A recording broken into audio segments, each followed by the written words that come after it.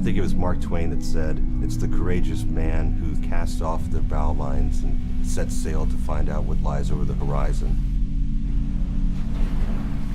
It's like the six-man canoe, you're all in it together, and you're pulling for a common purpose.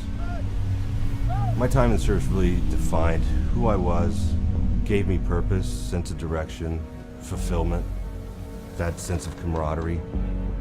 And if you rewind back to when I was 19, joining the Navy, if someone would have told me, like, you know, you're gonna stick it out for 23 years and when you retire, you're gonna go through a deep, dark depression, I would have laughed at them.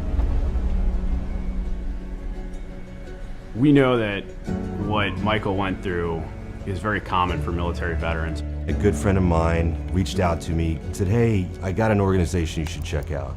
It seems like right up your alley." Team Rubicon unites the skills of military veterans who rapidly deploy disaster response teams all throughout the world. I signed up to be a volunteer. We got a phone call. We were needed to respond to a tornado that had swept through the state of Oklahoma. I'll never forget the feeling of like when I first got to Moore, Oklahoma.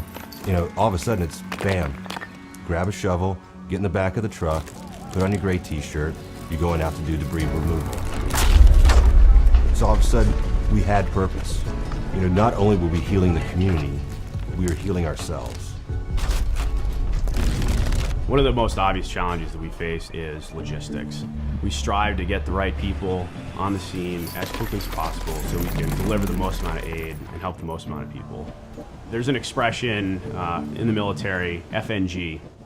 The new guy is the newest person to a unit. They're lost, they don't know what to do, they lose all their paperwork, they drive the truck in the ditch. All the bad things, they just look like a soup sandwich.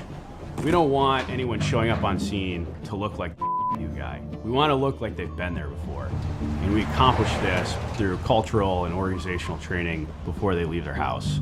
We use Cornerstone to really share that information with our 30,000 volunteers.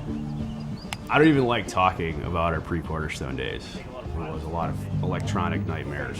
What used to take hours to identify, vet, and then deploy individuals to respond to disaster, we've managed to bring that time down to under 2 minutes. As we get faster, we offer capabilities earlier. We can surge more people with the appropriate skills to the right place at the right time for less money. And what this allows military veterans to do is rediscover purpose, redefine their identity, and rejoin a community. With the deployments of Team Rubicon, it's great for those 2 weeks that you deploy, but then you come back and you get back into your life. You can slip easily back into depression. During this time, national office is expanding, and Jason Ferguson, who's in charge of the training shop, just like, "Hey, you know, there's this job description out there, you'd be a good fit for it." Yeah, I mean, I guess somewhere in the back of my mind, I really wanted to work for Team Rubicon, but I didn't think it would ever be possible. And the very next day, I wake up to a text from Jake Wood, and I'll just read it to you. "Welcome to the team, don't f it up." But that's just kind of the attitude. I mean, that's the attitude of Team Rubicon, and that's just to get done. That's what we do. We just go out and we get done. Now I'm kind of in that sweet spot, working for Team Rubicon for a mission that is much larger than myself.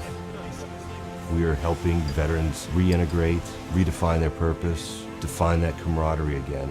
To be a part of that, there is not a day that goes by where I wake up in the morning and do not feel excited about what lies ahead.